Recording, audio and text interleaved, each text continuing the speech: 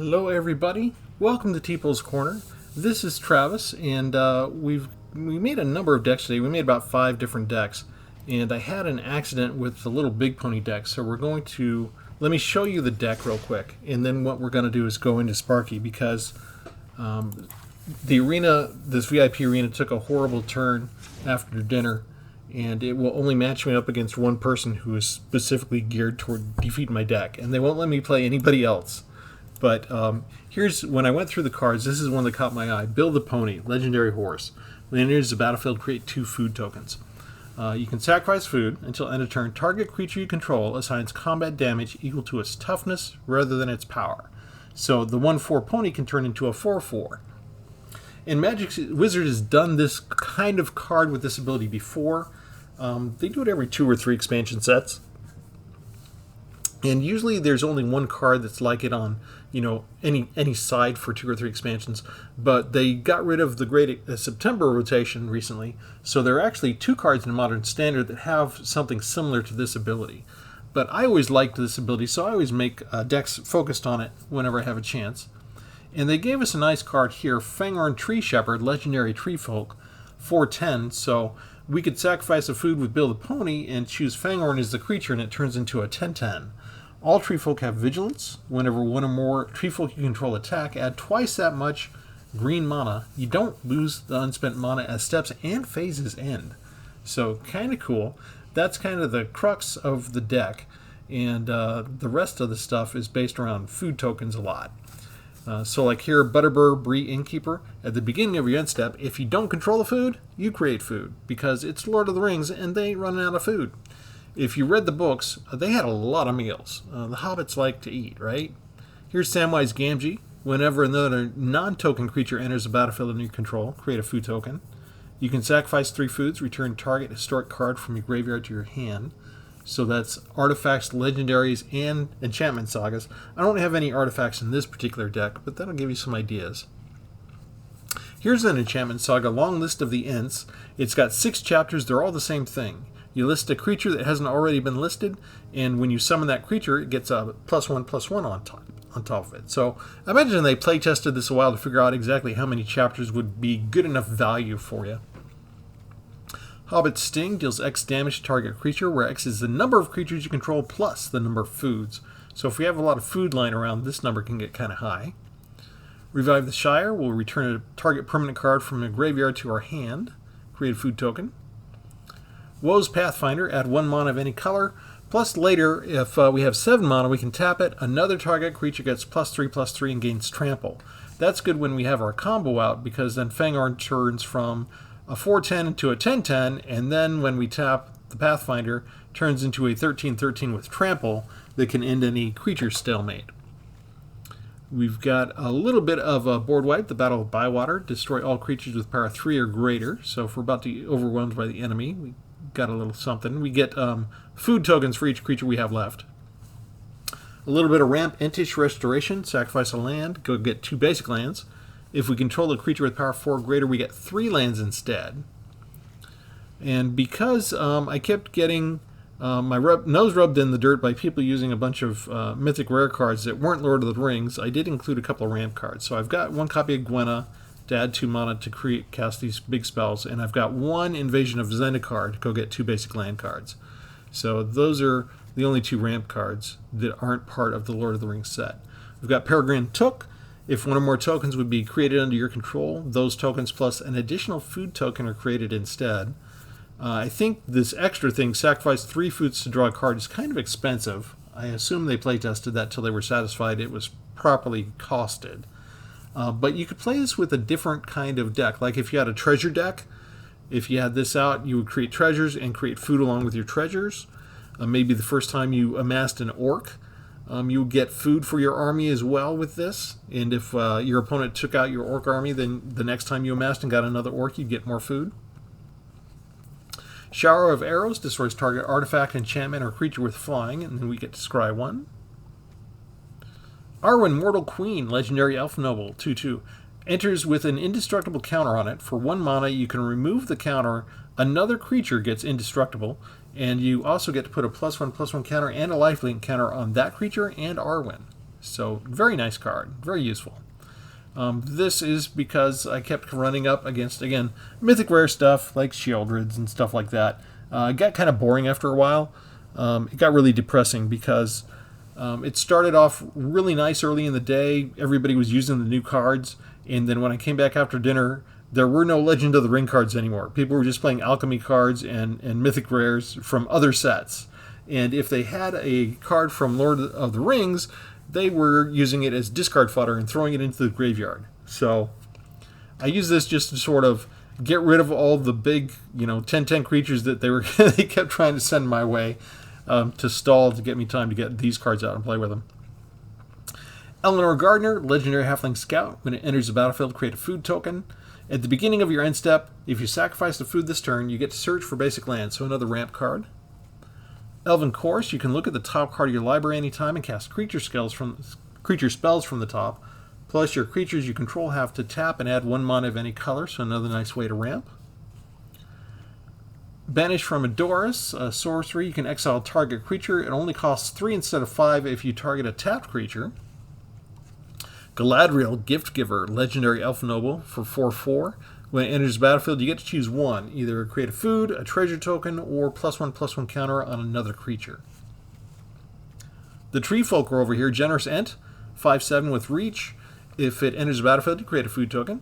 And if we get it too early, we'll just force cycle, throw it in the graveyard, and go get a forest. Quick Beam Upstart Ent is also legendary Tree Folk.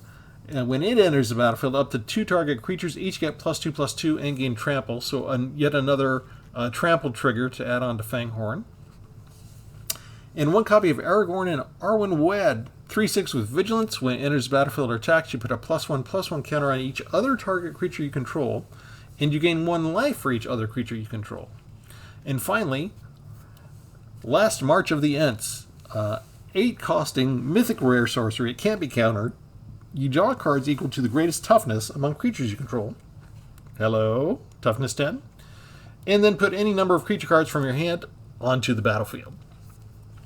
So this is the initial combo, and then I wanted to go ahead and play Last March of the Ents.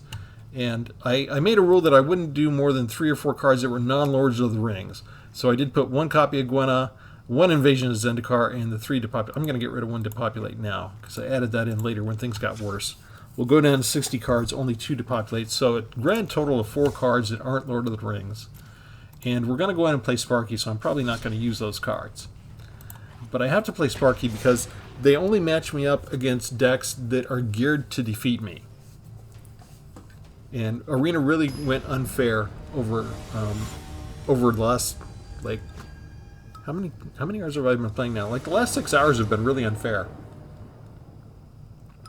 There is no 50% win-loss ratio enforced on the VIP server. Hey, look! I'm a planeswalker.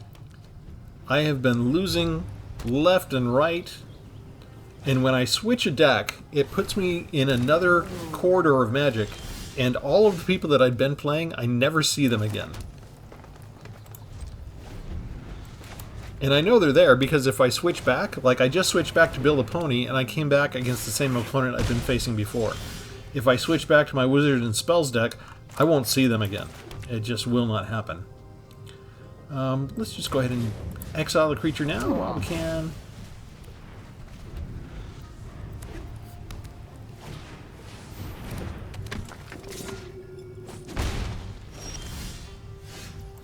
We'll go ahead and play Long List of the Ents. We don't have a cat, so the first one we're going to do, we'll choose cat. We're going to wait and get the peasant, and we'll get a +1/+1 on the peasant.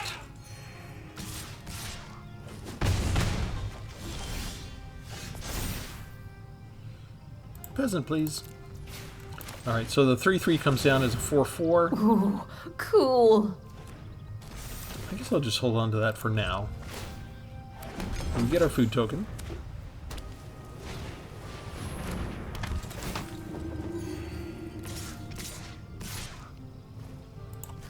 I feel like we can block a 1/2.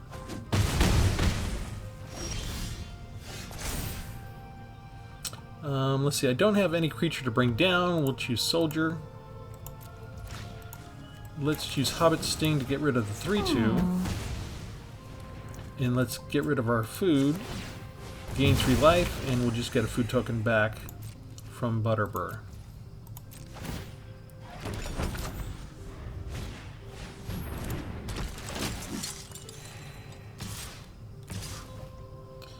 I feel like that's a trap, but we'll do it.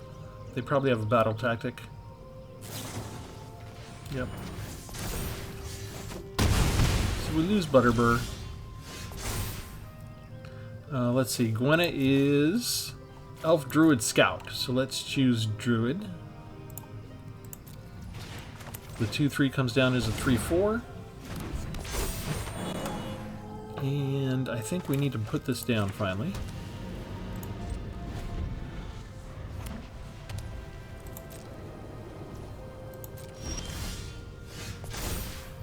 And now, let's see, 1, 2, 3, 4, 5, 6, 7. So we're going to do Tree Folk.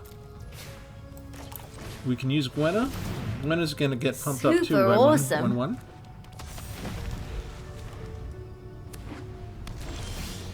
Oh, the power wasn't 5 or greater then, so she didn't get pumped up. But we can do, that's another Tree Folk, so it's not going to be on the list. So we'll just use Elephant. It finally goes away. We use Gwenna. Gwenna gets pumped up finally. And this can get trample. Well, they can all get trample. I guess we attack. And we get to add that stuff. And we get to do 13 points of damage. And now we just need to build a pony. And a couple more lands. I'm going to pass the turn real quick. 3, 4, 5, 6. Let's just get up to 8 so we can cast this spell. Revive the Shire. Is there anything... Hello? Now even Sparky's going to freeze on me. Let's see. Banish. Butterbur. No, there's nothing I really want to get back right now.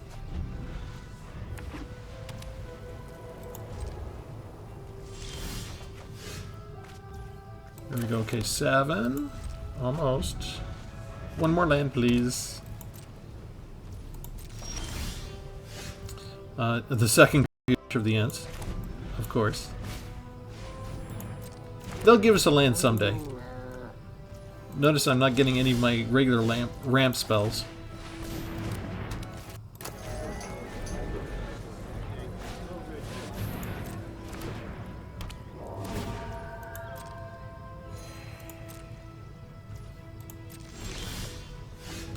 Shower of Arrows does me no good right now.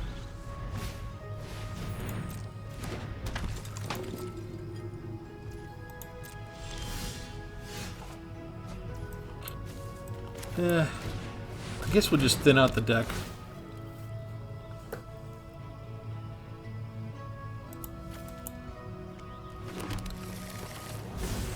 Don't really care about doing that too much. But it does give us the land we want to cast these spells. Alright, so last March of the Ents. We've got 11 toughness. How much do we have in our deck? 35? Okay, so we're going to draw 11 cards. Cool. What creature cards do we have? There's Woe's Pathfinder. There's Build the Pony. There we go, that's all we need. And then next... we can choose the attacker. We'll choose the 5/11. We're going to attack there.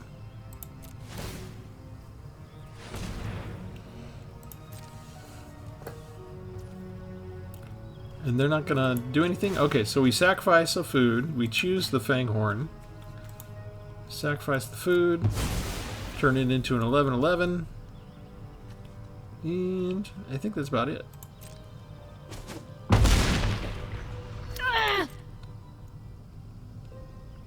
How much do I have to get rid of here? Keep 7. Okay. 1, 2, 3, 4, 5, I guess. 6, 7.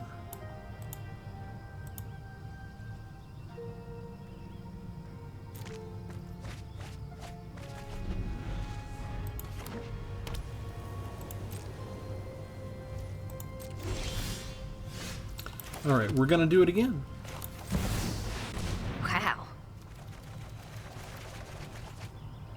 What can we put down? We don't want to put down Bill the Pony or Fangarn because those we've already used.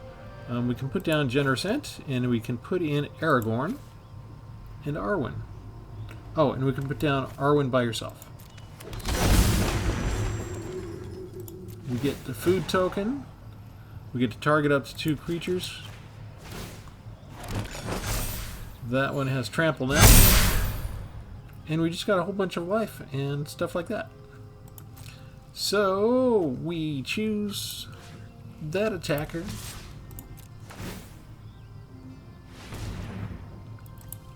And we sacrifice the food. Turns from an 8/14 into a 14/14 with trample. And that's the end of Sparky. Until we meet again, Planeswalker. And if we'd wanted to, we could have done just added more trample on later with Woe's Pathfinder. But that's basically it. There's I'm trying to think of what else I wanted to show you in the deck. The only other big neat thing was really Arwen and being able to choose when to get rid of the indestructible. Like if they had removal here to destroy this card, we could keep 1 mana free and suddenly protect it with indestructible for 1 turn. Arwen would lose it, but maybe we could just bring her back later with the 1 card I have that goes into the graveyard to bring stuff back. Anyway, we will leave that match. What happened was I made this demonstration. I made the deck early in the morning. It was the 3rd deck I made. I made a video. Everybody was playing Lord of the Rings card. I had some wins. I had some losses. It was all a lot of fun. And then I went to go upload it to YouTube, and I got a warning I was running out of memory on my backup drive, so I went to go delete some older videos, and I clicked on the wrong one and deleted the one I was trying to upload. So I lost the original demonstration video I had taped of this, and when I came back this evening, I just literally couldn't get any other opponent but the one who was tired of facing me time and time again. And they were not fun matches. They were not good. And they weren't showing us any of these cards. You know, they were playing just non-Lord of the Rings for the most part. So, yeah, Magic Arena started cheating on me and making sure that, you know, the entire evening I didn't have to worry about only getting 1 land card dealt. And then I think you just saw I got 1 land card dealt at one point. Man, I don't even remember that's part of the video anymore. It's so late. I'm tired. So I'm going to sign off here. Let me know what you think of the combo. Let me know what you think of the flavor. Let me know your likes and dislikes. But in the meantime, we ask you to subscribe and like. And we'll leave it there for tonight. Thanks, everybody. This is Travis signing off from Tpull's Corner from the Early Access event. Have a good one.